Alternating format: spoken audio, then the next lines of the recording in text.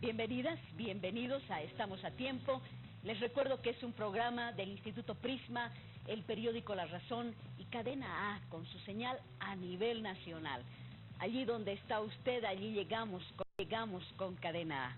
Bueno, vamos a comenzar este programa que lo vamos a dedicar al tema de la Cumbre Agropecuaria, un evento que se realizó el 21 y 22 de abril en Santa Cruz. Estamos a tiempo, sábado 16:30 horas, domingo 23 horas. El 21 y 22 de abril, les decía, en Santa Cruz se ha llevado a cabo la Cumbre Agropecuaria, esperadísima. Sembrando Bolivia era el título que se le había puesto a esta cumbre. Y uno de los objetivos, uno de los propósitos para llevar adelante la cumbre tenía que ver justamente con la soberanía y la seguridad alimentaria de bolivianas y bolivianos en general. Por eso es que le vamos a pedir a Gonzalo Jordán que nos haga un pequeño resumen sobre nuestra nutrición, los alimentos que consumimos los bolivianos. ¿En qué está todo esto, Gonzalo? Bueno, por un lado, Lucía, creo que es importante recalcar por qué se ha organizado la cumbre. Por dos razones. Una, la que tú mencionabas, el tema de la seguridad alimentaria, y otra, el tema, pienso, ¿no?, del petróleo, y sobre todo porque han bajado los precios de los minerales y del petróleo. Entonces, frente a esta crisis que se está viviendo, la mayoría de nuestros ingresos vienen de la exportación de gas y de los minerales. Obviamente el gobierno está viendo alternativas, ¿no? Entonces la cumbre apuntaba a esos dos temas. Uno, este bajón de los precios, y el otro, el tema de la seguridad alimentaria. Han salido varias noticias que la mayoría de los productos que consumimos ahora en los mercados vienen sobre todo de Perú, de Chile, también de Argentina, un poco eso. Entonces hay este tema, ¿no es cierto?, que nos estamos abasteciendo de productos que no son producidos en Bolivia. Entonces eso también era importante trabajar en la cumbre, ¿no? Entonces eran esos dos temas. Respecto a nuestra nutrición, a la seguridad alimentaria, otra temática que no se ha tocado tanto en la cumbre, porque es un tema más cultural y social, es que estos dos problemas que hay en Bolivia y en el mundo en general. Tenemos por un lado desnutrición. ¿Por qué? Porque no nos alimentamos bien, faltan minerales, vitaminas, sobre todo en el campo, y el otro lado hay estos productos ahora procesados, ¿no?, esta comida chatarra que está llevando a problemas de obesidad, de diabetes. Entonces son los dos grandes temas que no se ha tocado a la cumbre tanto, sino más bien este otro tema, ¿no?, más de cómo potenciar cómo potenciar la parte agroindustrial, que era una de las preocupaciones de la cumbre. Entonces, Lorenzo, ¿no se han cumplido realmente estos objetivos primeros que debían tratarse en la cumbre? Bueno, hay que ver un poco equilibradamente el tema, ¿no? Tal vez enfatizar en principio que el país tiene un desafío antiguo de la diversificación de la economía, ¿no? Como bien dijo Gonzalo, la economía del país depende mayormente de hidrocarburos y minerales. Y ya en el siglo pasado, hace 70 años, ¿no?, el plan Bohan justamente estaba orientado a diversificar la economía del país. Y este intento viene siendo repetido, ¿no?, el intento de colocar, de concretar este desafío. Y justamente hay que también mencionar la Agenda 2025, que fue formulado por el gobierno actual, ¿no?, durante el 2013, ¿no?, y quizás un poquito antes. Entonces, allí está el contenido principal de cómo podemos llegar, ¿no?, a diversificar la economía del país, de manera que, junto con los minerales, los hidrocarburos, pero también el sector energético y de alimentos sean pilares importantes en la economía del país. Ahora bien, efectivamente también se ha acelerado esta dinámica por la baja de los precios internacionales del petróleo y de los minerales. Entonces hay una urgencia de avanzar en esta diversificación. Entonces en ese marco es que se ha convocado, ¿no?, a principios de febrero esta cumbre, y ha tenido 2, 3 postergaciones, ¿no? Entonces en principio también estaba convocado el sector industrial y el gobierno, tenían la reunión, el evento, y no estaban incluidos los sectores campesinos, indígenas, pequeños productores. Entonces creo que en la cumbre hay un avance en el sentido de que ellos han abierto también un espacio de participación para colocar, ¿no?, las demandas, los planteamientos, las reivindicaciones que tienen, que han ido construyendo desde mucho tiempo atrás, ¿no? Entonces ese es un aspecto que hay que valorar. El segundo aspecto, hemos retrocedido en algunos temas, ¿no? Ya la Constitución Política del Estado, ¿no?, establece, por ejemplo, ¿no?, claramente hay un posicionamiento, una determinación con relación a los transgénicos, ¿no?, que es uno de los temas más discutidos en la cumbre, ¿no? Volvimos a discutir el tema cuando se formuló la ley de la revolución productiva, la ley 144, después la ley de la madre tierra. Entonces, ahora con la cumbre parece que todo ese camino andado, poco como que se echa por la borda, ¿no? Entonces, allí está claramente establecido la prohibición, ¿no?, del uso de transgénicos, ¿no?, en los alimentos, etcétera, etcétera. Entonces, todo ese camino andado como que se viene para atrás, ¿no? Ahora, también habría que ver, de alguna manera, que, claro, podemos decir que hay un listado largo de temas, parece un pliego petitorio, ¿no? Uno revisa las conclusiones de las 5 mesas y efectivamente un listado largo de temas, ¿no? Pero quizás esto mismo puede ser un insumo, ¿no?, en el marco de la Agenda 2025, ¿no?, que puede ser un insumo importante para plantear un nuevo plan de desarrollo económico productivo en esta área, ¿no? Porque hay efectivamente varios acuerdos, consensos, etcétera. Y un elemento que es muy importante mencionar, todos han apuntado a mejorar la productividad, o sea, nadie se opone en que hay necesidad de mejorar la producción, pero principalmente a base de la productividad, y allí en las conclusiones es un aspecto muy importante que yo quisiera recalcar, ¿no? ¿Cómo no? No hay un choque entre aumentar, digamos, desarrollar más la productividad. El vicepresidente decía que se espera que el sector agropecuario suba su participación de 6.000 millones de dólares, monto actual, a 10.000 millones de dólares hasta el 2025. Y esto no significa un choque, Gonzalo, respecto a los pequeños productores, la seguridad alimentaria que necesita diversidad, y más bien el sector agroindustrial que más bien se dedica al monocultivo. Bueno, sí, creo que tenemos que tener claro que la agenda de esta cumbre agropecuaria ha sido un acuerdo entre el gobierno central y el sector empresarial de Santa Cruz. No ha sido una agenda que ha nacido de las organizaciones sociales, o llamémosle de los pequeños productores. Entonces, ya intentando hacer un balance, diríamos que después de estas 5 mesas y de estos 2 días de discusión, a pesar de que la agenda de la cumbre agropecuaria se ha construido con esta intención de legitimizar y legalizar las demandas sectoriales del agronegocio, finalmente el balance creo que para este sector es negativo. Los 4 puntos que han planteado no han tenido los resultados que esperaban, mientras que, como dice Lorenzo, el sector de campesinos e indígenas han ganado, diríamos, una pequeña batalla. Es el sector que mayormente se ha opuesto a la aprobación de las medidas que se intentaba adoptar respecto a los transgénicos en la cumbre. Y más bien esto ha quedado como un debate abierto para adelante, ¿no es cierto? Entonces me parece que eso hay que tener presente, y para ello quisiera destacar al menos 3 elementos, ¿no? Primero, los empresarios han logrado la ampliación del control de la función económica social de 2 años vigentes hasta ahora a 5 años. Es un pequeño cambio. Inicialmente pedían 7 años, ¿no es cierto? Entonces ahora hay un plazo de 5 años para la verificación de la función económica social. Pero en contradicción con esto no hay un acuerdo explícito para la ampliación de la frontera agrícola como tal. Esta idea de 1 millón de hectáreas por cada año en los próximos 10 años. Hasta llegar a los 10 millones, ¿no?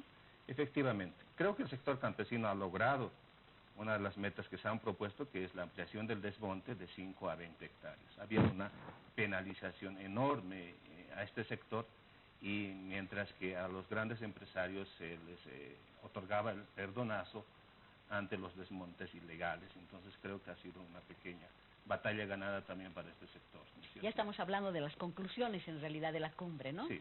Ajá. Sí, adelante. Bueno, creo que al menos son elementos importantes a tomar en cuenta para adelante, añadiendo de que la apertura hay una apertura en adelante, diríamos, en lugar de cierre, del tema de los transgénicos.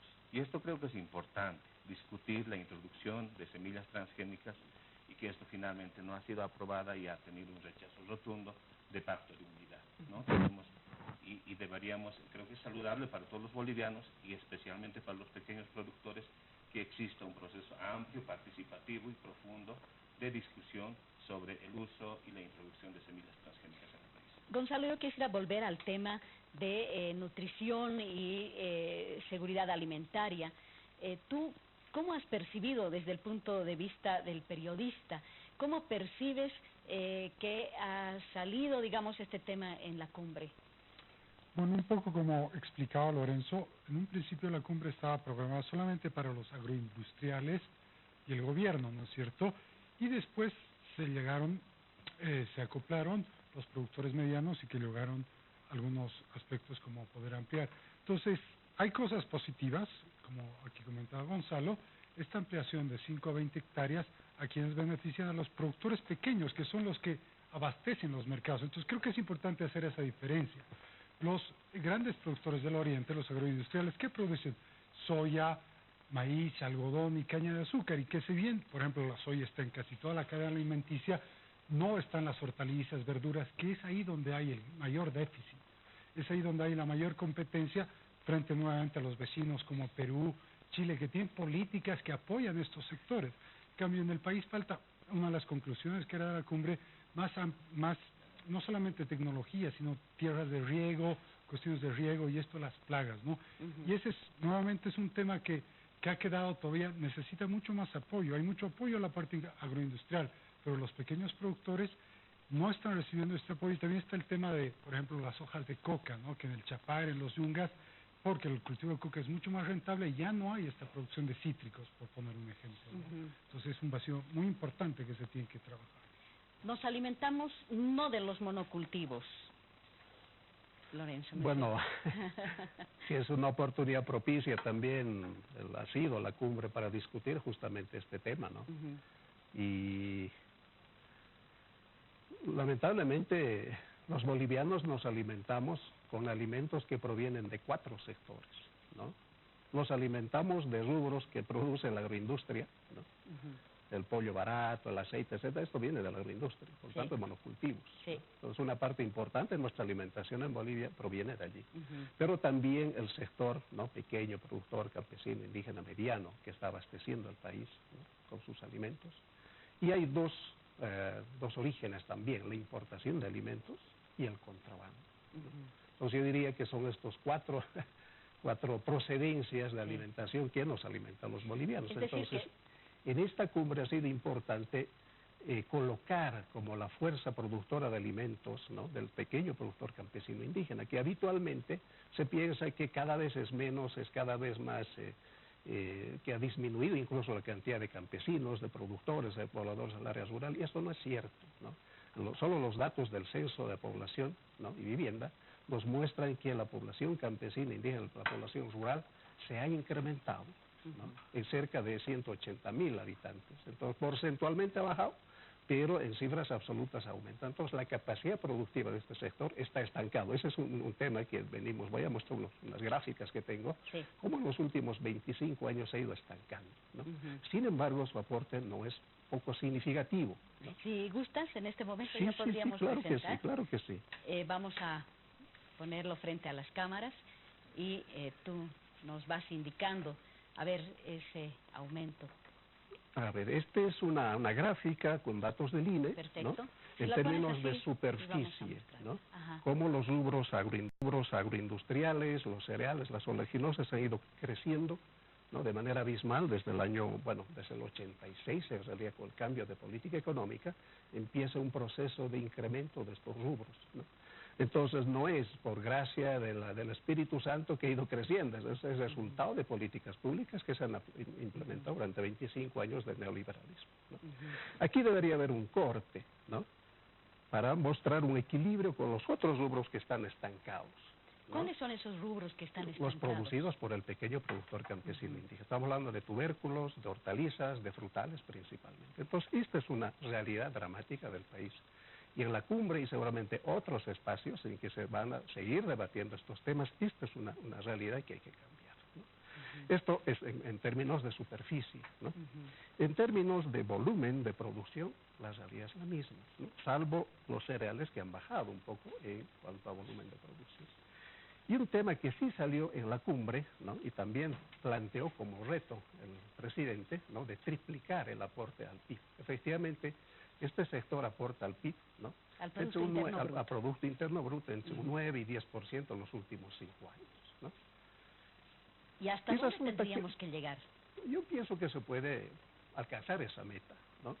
No en los 5 años que dice el presidente, probablemente los próximos 10 años. Pero allí para eso necesitamos tomar decisiones realmente agresivas en el buen sentido, ¿Cómo ¿no? cuáles? Políticas, inversiones, tecnologías, productividad hay que mejorar muchísimo, ¿no? Si comparamos con cualquiera de los rubros, ¿no?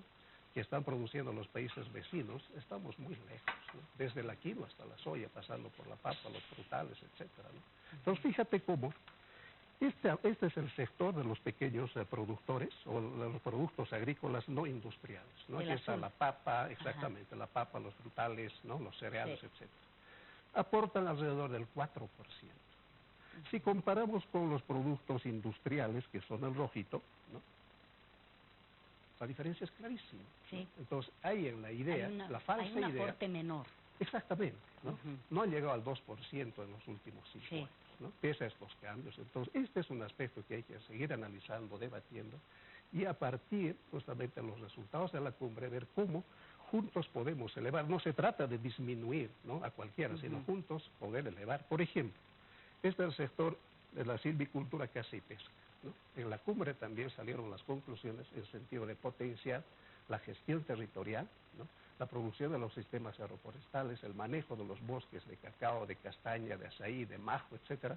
Entonces, con toda esa política de inversiones se puede elevar la productividad, la producción, además con sostenibilidad de todos estos sectores, ¿no? Entonces, esta es una realidad actual, pues son datos al 2013, ¿no? Sí.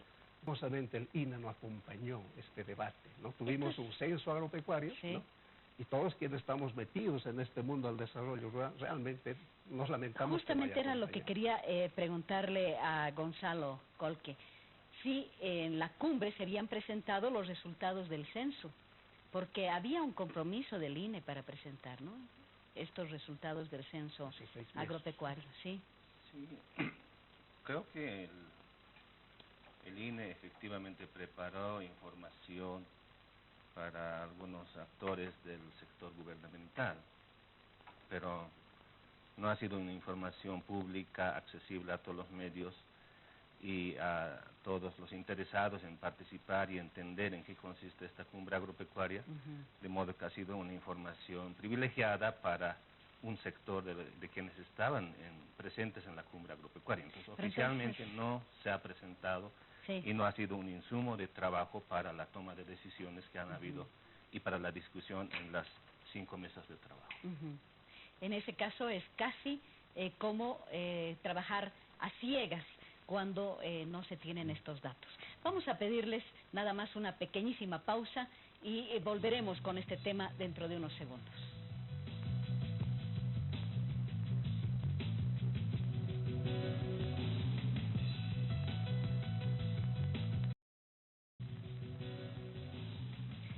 Vamos a continuar entonces con nuestro tema de la cumbre agropecuaria en Estamos a Tiempo.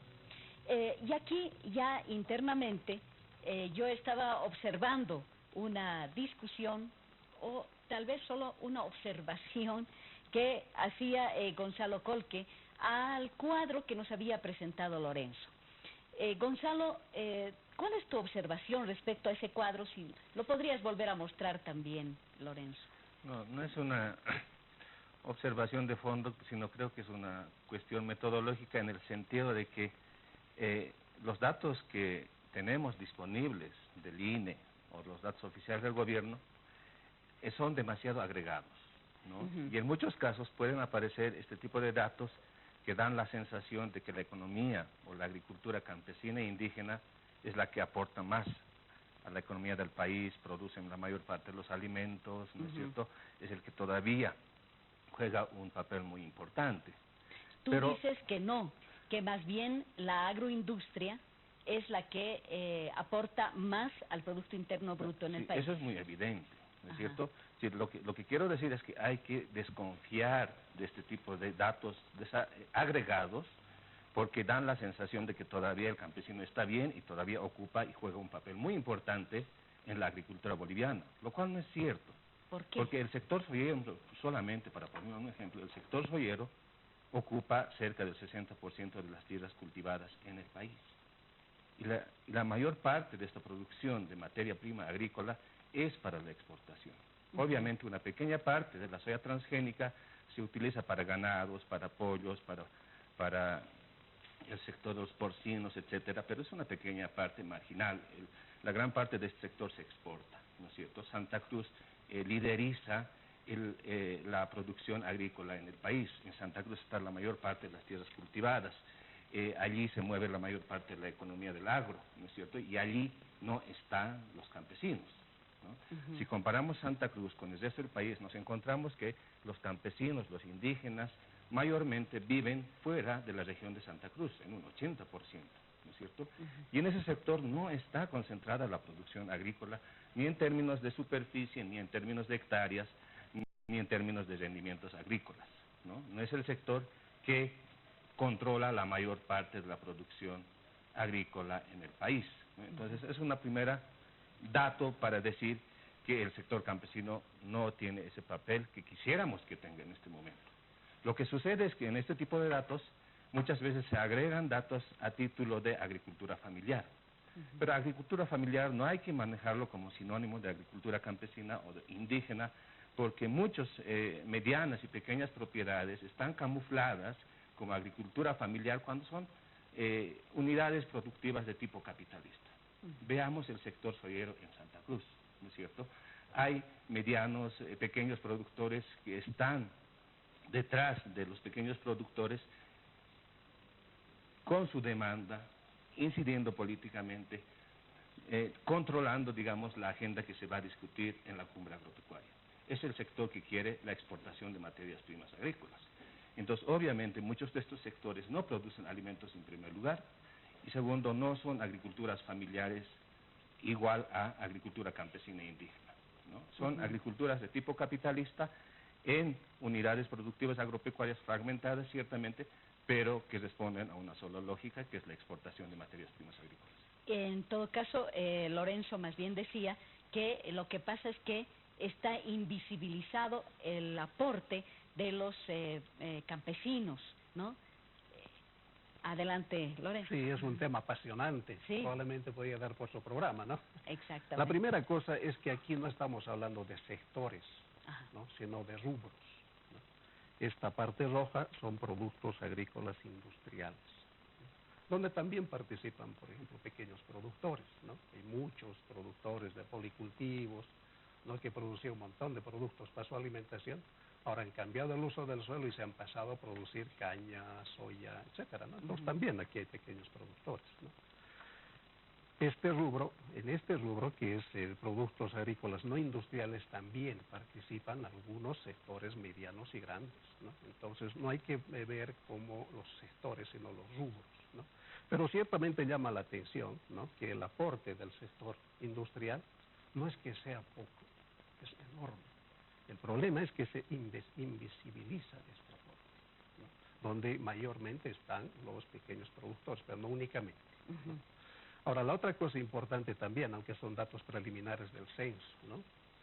Hasta antes del censo, el Ministerio de Desarrollo Rural manejaba que en el país hay 770.000, 75.000 unidades productivas, ¿no? De los cuales el 92% son pequeños productores campesinos, ¿no? Entonces uno podría pensar que son datos del anterior censo, actualizados, etcétera, pero uno podría pensar que en los últimos años ha disminuido esa cantidad de productores, y resulta que esos datos preliminares del censo indican que se ha incrementado en 100.000, ¿no? Entonces habrá que todavía diferenciar dónde se ha incrementado más, el sector mediano, pequeño, grande, en todos, ¿no? Entonces, son datos que obviamente, al no estar todavía el dato completo del INE, son datos preliminares que nos llevan a analizar también estos aspectos, ¿no? Entonces, sí, yo insistiría en esto. Primero que son datos del INE, ¿no? Actuales, además, Actuales. ¿no? Ahora sí, siempre hay estos datos de agregados, etcétera, pero estamos desagregando aquí 5 sectores, ¿no? De producción, 5 rubros. Entonces, tampoco es tan agregado, ¿no? Y este aspecto también es importante, lo de la silvicultura, ¿no? Que se visibiliza ahora y quizás, incluso viendo a más detalle, podríamos ver, por ejemplo, el incremento de los rubros más específicos, como mencionaba el cacao, por ejemplo, ¿no? El cacao, los frutos amazónicos, etcétera, ¿no? Y lo mismo en cuanto a la ganadería, ¿no? Los productos pecuarios, ¿no? Adelante, Gonzalo, querías decir algo. Estoy de acuerdo en términos generales con Lorenzo. Mi observación consiste en que estos datos desagregados en 5 ítems al final da la sensación de que los campesinos indígenas todavía juegan este papel preponderante, ¿no? Toda esta parte de azul que fácilmente aparece como más del 50%. Yo tengo otros datos para contrastar, ¿no? Si solamente nos fijamos la producción de 2010 en términos de toneladas por sectores, nos encontramos que el sector de oleaginosas industriales ocupa el 63% del total, ¿no? El sector de cereales, 14%, el sector de tubérculos, 9%, hortalizas, 2.4%, frutales, 7%, forrajes, 2.6%. Si relacionamos, vamos a encontrar que hay una correlación estrecha entre quién produce qué, ¿no es cierto? Y otro 0.3%. Entonces, según estos datos, podemos encontrarnos con una gráfica donde vemos que el sector industrial, ¿no es cierto?, ocupa la mayor parte de la tierra y produce la mayor parte de los productos totales en el país. Entonces, eso también en parte justifica el hecho de que la cumbre agropecuaria haya sido un intento de fortalecer y de potenciar el modelo agroindustrial para generar mayor renta agrícola, como decía el compañero, para que sea una fuente de compensación, ¿no?, o complemento ante la pérdida de la renta que se capta en el país por la venta de gas ante la caída de los precios de petróleo a nivel internacional. Desde el punto de vista económico, Gonzalo, no hay dónde discutir, no hay dónde perderse. Tendríamos que ampliar la frontera agrícola, deforestar para esto, y tendríamos seguramente que incrementar el aporte y también las posibilidades de que se produzca más en el sector agroindustrial. Bueno, hay dos visiones, ¿no es cierto? Obviamente el camino fácil es ampliar la frontera agrícola, desmontar los bosques y plantar más productos agroindustriales para exportar y tener más divisas. Ese es el camino fácil, pero obviamente en el corto plazo va a generar recursos, pero a largo plazo va a tener impactos muy fuertes con el medio ambiente, sobre todo si se lo hace sin un plan viendo todos estos impactos. Un poco lo que decía Lorenzo, algo que falla también es el tema de la productividad. Nuestra productividad es muy baja, entonces también sería lo recomendable invertir sobre todo en mejorar la productividad, la tecnología, ver otras opciones como estos productos agroforestales, esta permacultura, en vez de entrada deforestar. Uno, porque no hay por ejemplo, se necesita hacer una proyección sobre temas de tierra. Se está deforestando muchas tierras amazónicas que no son buenas tierras para cultivos, sí son para productos forestales, y se están destruyendo tierras que son para productos forestales, para cultivar o para ganado, y obviamente a la larga vemos los resultados, inundaciones, sequías. Entonces, eso de ampliar la frontera agrícola hay que verlo, creo, con mucho cuidado, ¿no? Obviamente la solución más fácil a corto plazo, pero no la mejor a largo plazo. No se ha llegado en las conclusiones directamente a decir que sí se amplía la frontera agrícola. Bueno, de esa manera no, ciertamente, pero leyendo entre líneas los documentos uno puede ver claramente de que sí se va a ampliar la frontera agrícola, ¿no? Hay varias metas que se han establecido para la ganadería, por ejemplo, ¿no? Superficies nuevas, hay superficies, esto que mencionaba Gonzalo, ¿no?, de autorizar la ampliación por familia, ¿no?, de pequeño productor, campesino, indígena, intercultural, de 5 a 20 hectáreas, ¿no? Entonces uno calcula la cantidad de familias que hay, nosotros hemos estimado que al corto plazo se podrían desboscar unas 2.500.000 hectáreas, ¿no? Sumando todas las metas que están en las mesas, ¿no? De todas maneras, yo creo que todos coincidimos, o la mayoría diría yo, que todavía tenemos un enorme trecho de mejorar la productividad. Y ese debe ser uno de los retos principales, ¿no? Pero también aprender y mirar con mayor atención otras iniciativas que se están desarrollando, ¿no? Iniciativas de producción de alimentos, producción de productos para exportación, ¿no? También aprovechamiento de diferentes productos para la farmacopea, etcétera, que hacen un manejo sostenible de los recursos naturales, ¿no? Sin depredar, ¿no? Tenemos que cambiar nuestra imagen de que el bosque es una maleza, ¿no? El bosque es una riqueza, ¿no? Entonces hay que ver, obviamente hay zonas que están con mayor potencial que otros, ¿no? Yo tengo unos datos, por ejemplo, es del compendio agropecuario, ¿no? Del un documento oficial del gobierno, ¿no? Del 2012, y aquí se establece que la superficie, ¿no? Apta para la producción agrícola es de 8.9 millones, por ejemplo, ¿no? Y el reto es avanzar a 13, a 15, entonces, ¿dónde están esas, ¿no?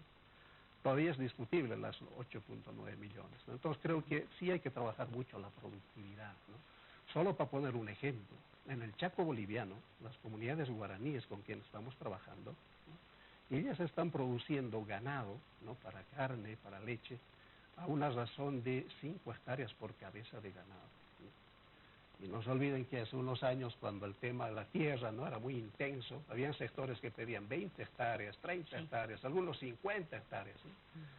La ley dice que son 5 hectáreas, ¿no? Y todavía es discutible, muchos sectores quieren ampliar, y allí hay ejemplos muy concretos de cómo se está haciendo ganadería en esa superficie que dice, ¿no? En plena llanura chaqueña. Obviamente esto implica inversiones, ¿no? Manejo ganadero, manejo de bosque, manejo del agua, ¿no? Silvopasturas, etcétera. Entonces sí necesitamos, yo diría entre comillas, profesionalizar más la producción agropecuaria, ¿no? No solo de los pequeños, también de los grandes, ¿no? Lo mismo con la quinoa, ¿no? Que ahora hay un boom de la quinoa. Y casi es un monocultivo, ¿no? Es monocultivo, está afectando a territorios, ¿no? De comunidades campesinas, está arrinconando a la ganadería camélida, etcétera. Pero la producción que estamos obteniendo es la mitad que obtienen los peruanos, ¿no? Y estamos depredando y avanzando, ¿no? Dejando prácticamente desiertos, ¿no? Y allí tenemos que encontrar una manera de producir el doble de lo que estamos produciendo, pero además no depredar, ¿no? El recurso suelo. Entonces ahí tenemos un enorme reto, y la tecnología, la investigación, las universidades allí tienen también un enorme rol para efectivamente a mejorar la producción y la productividad. Entonces yo digo, es posible triplicar la producción, ¿no? Pero a condición de, hay algunas zonas que van a ser inevitables de depredar. Entonces, por ejemplo, estas 5 hectáreas que se van a ampliar a 20, el reto es cómo los manejamos, ¿no? ¿Con qué cultivos?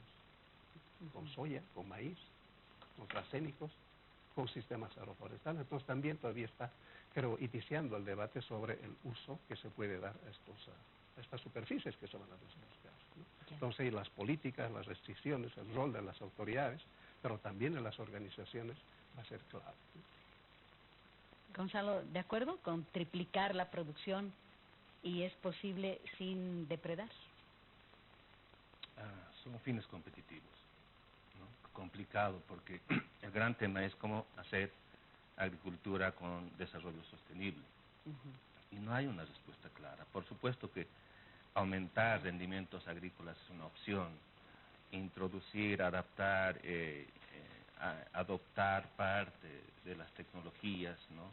Es otra parte de la solución, pero también hay, creo, problemas estructurales que se requieren debatir en el país, ¿no? El principal hecho que constatamos en el país es la coexistencia de un modelo de producción industrial que controla casi todo el sector agrario y un sector de pequeños productores, campesinos e indígenas que están en las tierras marginales, que no tienen mercado para sus productos, ¿no?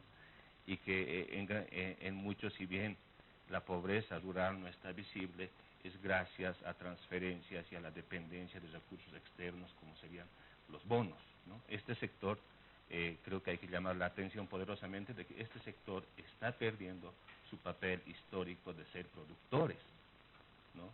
Y de tener un papel económico en el país.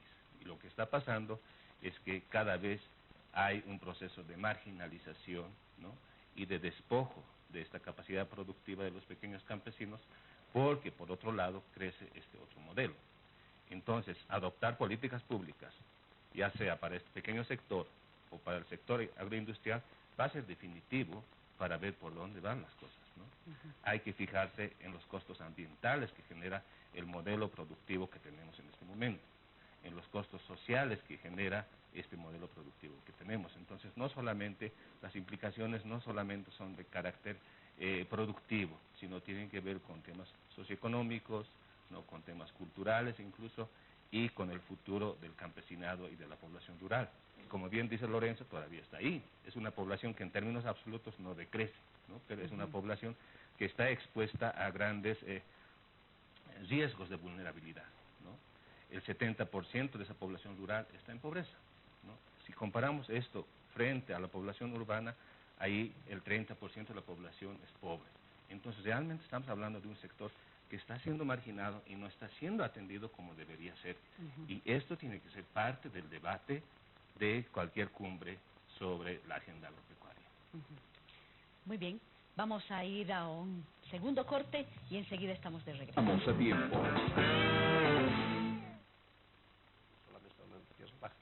Entonces hay que defender eso, ¿no? Entonces el proceso de extranjerización está amenazando territorios, ¿no? Tierras comunales, de pequeños propietarios, etcétera, y efectivamente el boom soyero puede arrasar con todas estas formas de tenencia en la tierra de producción, como ya está pasando en el Paraguay, ¿no? Están despojando comunidades, familias, etcétera. Es un fenómeno muy preocupante, y ahí sí necesitamos, ¿no? Acuerdos. Ojalá en la cumbre hubiera salido consensos con relación a este tema, pero más bien justamente el modelo de producción está impulsando, está incentivando estas formas de extranjerización, que antes era vía compra, ahora es más bien por alquiler, Sí. ¿no? Y otras formas, ¿no? Que están implicando incluso, ¿no? A otros actores, sujetos, etcétera. Si a ello sumamos todo el tema del uso de semillas de transgénicos, monocultivos, el riesgo es muchísimo mayor todavía, ¿no? Sin embargo, es el rubro que efectivamente puede ayudar a diversificar la economía. Entonces hay una tensión entre cómo manejar la productividad, la producción, la ampliación de la frontera agrícola con la sostenibilidad. Cómo preservar los recursos naturales, las tierras, pero también defender de este fenómeno que está avanzando. ¿Quiénes están ocupando tierras en Bolivia? ¿Comprando, alquilando? No hay datos oficiales, confiables, ¿no? Hay datos parciales de estos 17 años de titulación y saneamiento de tierras. Existen algunos otros datos o cálculos más bien indirectos que señalan que por lo menos la mitad de las tierras en producción tienen control directo e indirecto de parte de extranjeros, ¿no?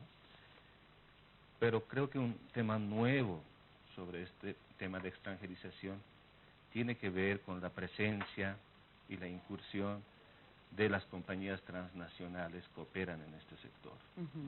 Solamente, estamos hablando de Monsanto. Sí, estamos hablando en el sector soyero básicamente de Cargill, ¿no? Sí. ADM, ¿no? Este tipo de empresas transnacionales que vienen de Brasil, de Argentina, pero son americanas también. En Bolivia tenemos 5 empresas que controlan el 90% de la exportación de la soya, ¿no? Y muchas de estas compañías transnacionales son capitales transnacionales que han llegado al país y operan, y hoy en día ya no necesitan tener control, propiedad sobre la tierra donde se produce, donde se hace la producción primaria, ¿no?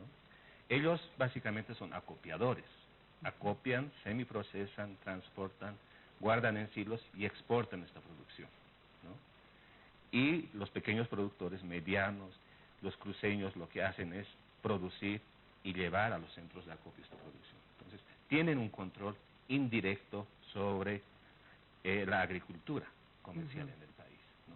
Entonces es un modelo que está cambiando rápidamente en el sentido de que no necesita tener control directo sobre la tierra porque puede acopiar y controlar y tener bajo este control monopólico a los productores, sean pequeños o grandes, incluyendo alquiler de tierras.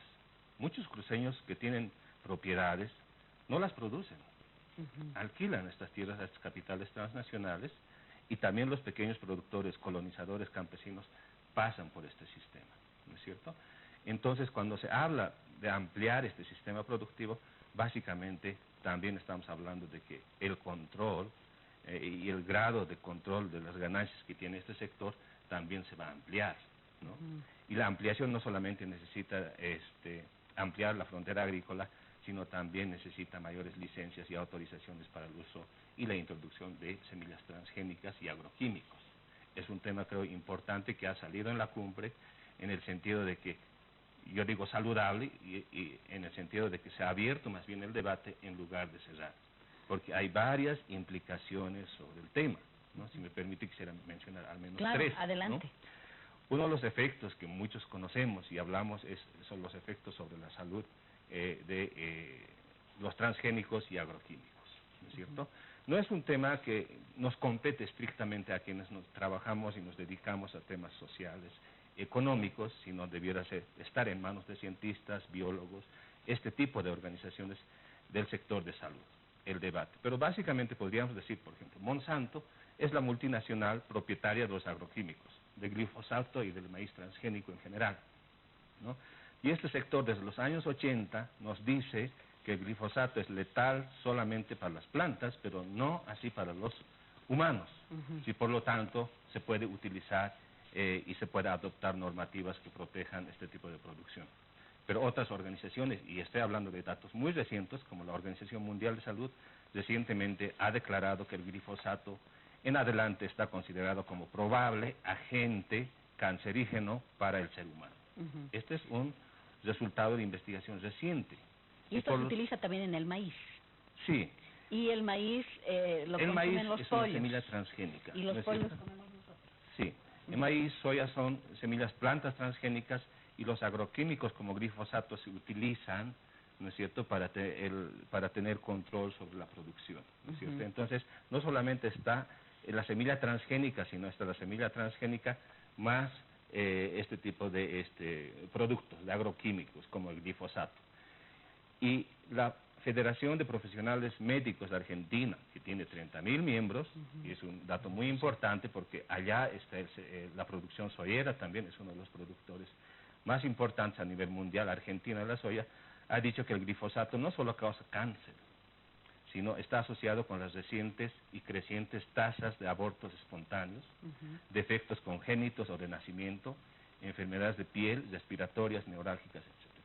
Entonces, este tema hay que discutirlo, ¿no? Y hay que tener cautela a la hora de adoptar, introducir o no, legalizar o no este tipo de semillas y este tipo de agroquímicos.